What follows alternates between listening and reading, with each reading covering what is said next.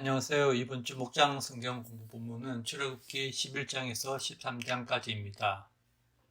이집트 왕 바로는 아홉째 재앙까지 하나님의 뜻을 완강하게 거부하는 모습을 보이며 하나님의 백성인 이스라엘을 바로 자신의 노예로 이집트의 노예 신분에서 해방시켜 주기를 거부하고 있습니다. 그렇기 때문에 이스라엘 백성은 어려운 시기를 지나가고 있었을 것입니다. 모세를 통해 하나님의 기적을 바로에게 보이지만 완강한 바로는 자신들을 해방시키지 않기에 이스라엘 백성들 스스로도 낙담하고 어쩌면 절망 가운데 지나가고 있는지 모릅니다. 그런 절망 가운데 있는 이스라엘 백성과 모세에게 하나님께서 찾아오셔서 말씀하십니다. 오늘 본문 11장 1절에서 3절을 보시면 주님께서 모세에게 말씀하셨다. 내가 이제 바로에게 와 이집트 땅 위에 한 가지 재앙을 더 내리겠다. 그렇게 한 다음에야 그가 너희를 여기에서 내보낼 것이다. 그가 너희를 내보낼 때에는 여기에서 너희를 마구 쫓아낼 것이니 이제 너는 백성에게 일러서 남자는 이웃에 사는 남자에게 여자는 이웃에 사는 여자에게 은부치와 금부치를 요구하게 하여라. 주님께서 이집트 사람들이 이스라엘 백성에게 호감을 가지게 하시고 또 이집트 땅에서 바로의 신하와 백성이 이 사람 모세를 아주 위대한 인물로 여기게 하셨다. 하나님께서 바로와 이집트 땅의 한 가지 재앙, 즉 장자의 죽음에 관하여 말씀하십니다. 이런 일이 있어야 바로가 결국에는 보낸다고 말씀하십니다. 바로가 이집트 백성을 보낼 때 상황을 오늘 본문에서 묘사하고 있습니다. 즉 이집트 사람들이 이스라엘 백성에게 호감을 가지게 하셔서 은부치와 금부치를 준다는 것입니다. 수백 년 동안 자기들의 노예로 있던 이스라엘 백성을 은과 금부치를 주면서 보낸다는 것입니다. 이것은 이미 하나님께서 약속하신 말씀입니다. 그 전장 출애굽기 3장 21절 22절을 보시면 나는 이집트 사람이 나의 백성에게 은혜를 베풀게 하여 너희가 떠날 때 빈손으로 떠나지 않게 하겠다. 여인들은 각각 이웃에 살거나 자기 집에 함께 사는 이집트 여인들에게서 은부치와 금부치와 의복을 달라고 하여 그것으로 너희 아들 딸들을 치장하여라. 너희는 이렇게 이집트 사람의 물건을 빼앗아 가지고 떠날 것이다. 여기서 빼앗아 가지고는 개역 성경에 취하다라고 표현하고 있고 영어 성경에는 플런더라고 표현하고 있습니다. 이는 마치 전쟁에서 이겨서 물건을 취하는 것을 의미합니다. 즉 이스라엘 백성이 출애굽할 때 그들은 마치 전쟁에 이긴 개선 장군처럼 대우를 받으며 떠날 것이라고 약속을 받습니다. 그래서 오늘 본문에서는 호감을 가지게 된다라고 표현하고 있는 것 같습니다. 다음으로 출애굽기 12장은 유월절의 유래에 관하여 설명하고 있습니다.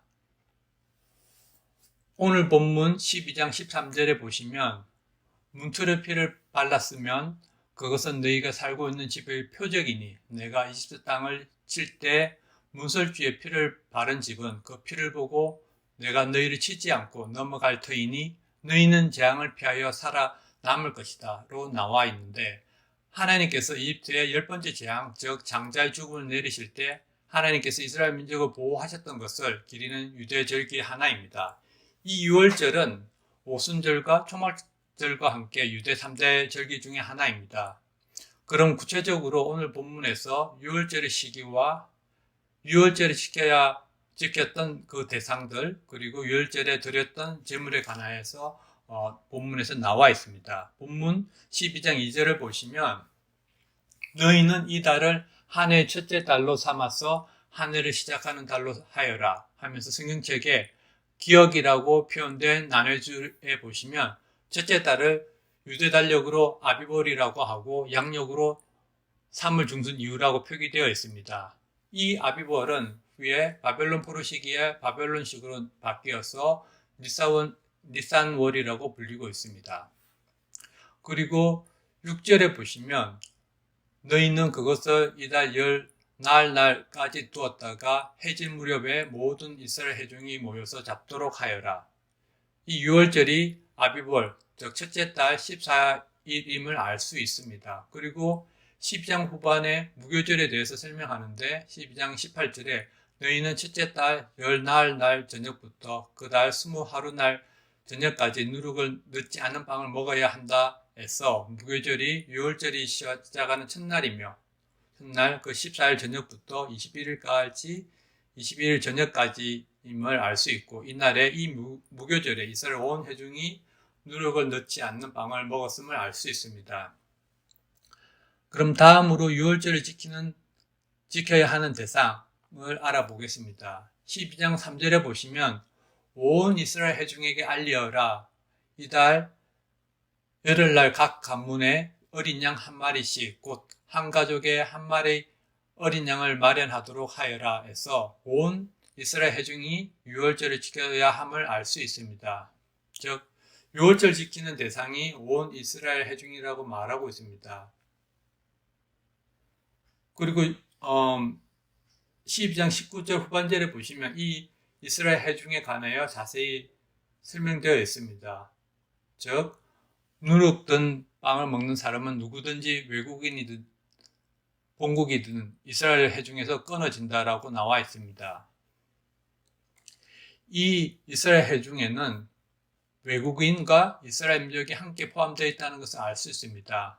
그리고 또 12장 37절 38절에 보시면 마침내 이스라엘 자손이 라암셋을 떠나서 스콧으로 갔는데 딸린 아이들 외에 장정만 해도 60만 가량이 되었다.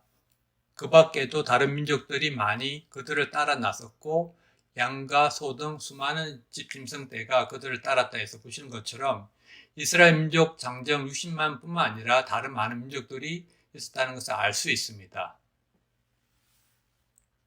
다음으로 유월절에 드려지는 제물에 대해서 알아보도록 하겠습니다. 여러분도 잘 아시다시피 유월절 제물은 어린 양입니다. 그것도 흠이 없는 어린 양입니다.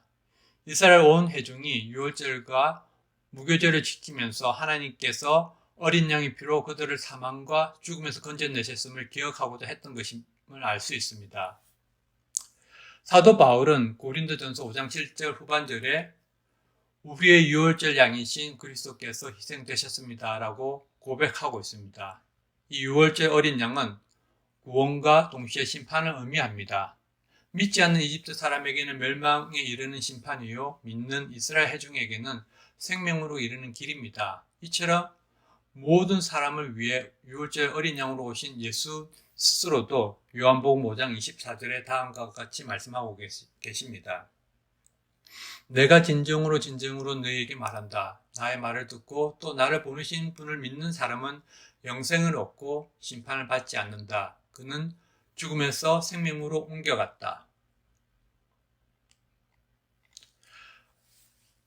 다음으로 12장 21절에 보시면 모세가 이스라엘 장로를 불러 처음으로 유월절을 지키게 하기 위해서 하나님께서 들은 말씀을 그대로 전달하면서 들은 말씀을 실천하는 것을 볼 수 있습니다. 이 예식이 대대손손 내려가면서 유월절을 통한 하나님의 구원의 본질적 의미를 기억하고자 했던 것을 알 수 있습니다. 12장 26절 27절에 여러분의 아들 딸들이 여러분에게 이 예식이 무엇을 뜻합니까? 하고 물을 것입니다. 그러면 여러분은 그들에게 이것은 주께 드리는 유월절 제사다. 주께서 이집트 사람을 치실 때 이집트에 있던 이스라엘 자손의 집만은 그냥 지나가셔서 우리들의 집들을 구하여 주셨다 하고 이르십시오. 백성은 이 말을 듣고서 엎드려 경배해 드렸다.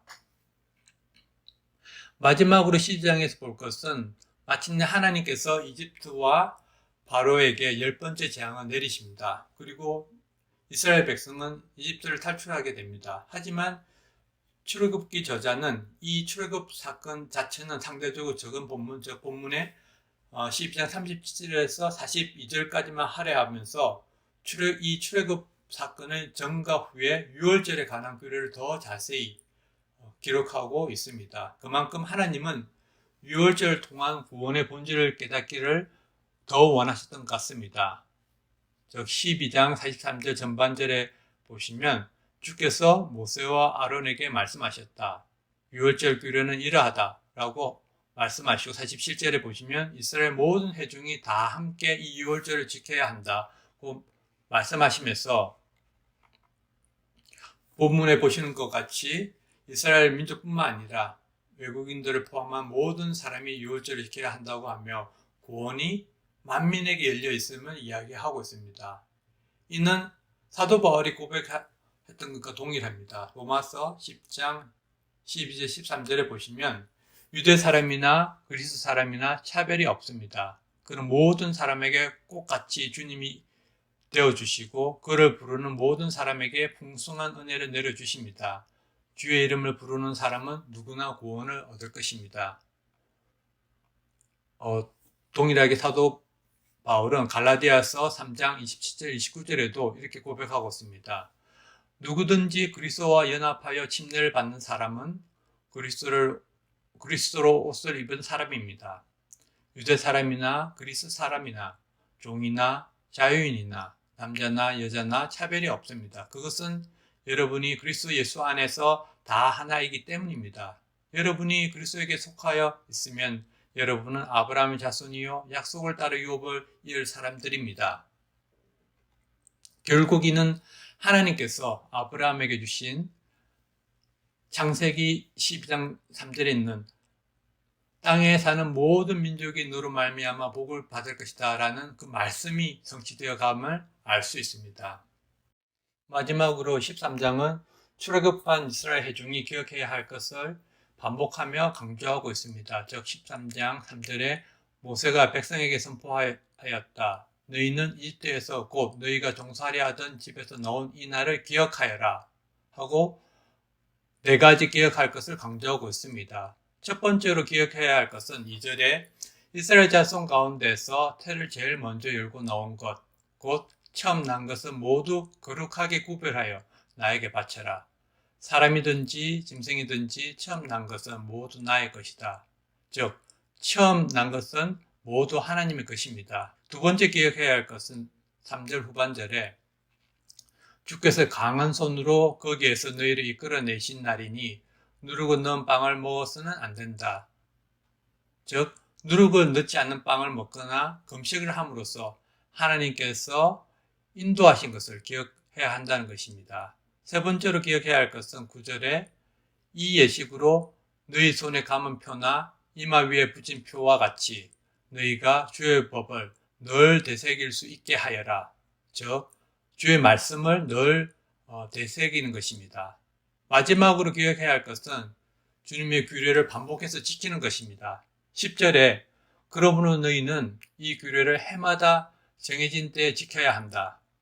이렇게 모세는 이스라엘 민족에게 이집트를 탈출한 이후에 지속적으로 유월절 규례의 본질적 의미와 또 기억해야 할 것들을 강조하고 있습니다. 마지막으로 13장에서 볼 수 있는 것은 하나님의 은혜입니다. 17절을 보시면 마침내 바로는 이스라엘 민족을 내보내지만 하나님은 이스라엘 민족을 가나안으로 들어가기 위해 가장 가까운 거리에 있던 블레셋 땅으로 인도하시지 않고 홍해를 지나 40년의 광야길을 통하여 가나안 땅으로 인도하십니다. 그 이유는 오늘 본문 17절 후반절에 나타나 있습니다. 하나님께서 이 백성이 전쟁을 하게 되면 마음을 바꾸어서 이집트로 되돌아가지 않을까 하고라고 분명하게 표현되어 있습니다. 그 당시 아직도 그 시점에 있는 이스라엘 민족이 광야를 통해서 하나님과 더 깊은 만남과 성숙에 이르게 하기 위한 하나님의 뜻이 있습니다. 즉 광야 인생길을 통하여 낮에는 구름 기둥으로 밤에는 불 기둥으로 보호하시는 하나님의 은혜를 동행하시는 하나님의 은혜를 임마누엘의 하나님의 은혜를 깨닫게 하시려는 하나님의 의도가 담겨져 있는 것을 알 수가 있습니다. 오늘 목장 성경 공부는 여기까지입니다. 하늘 복 많이 받으세요.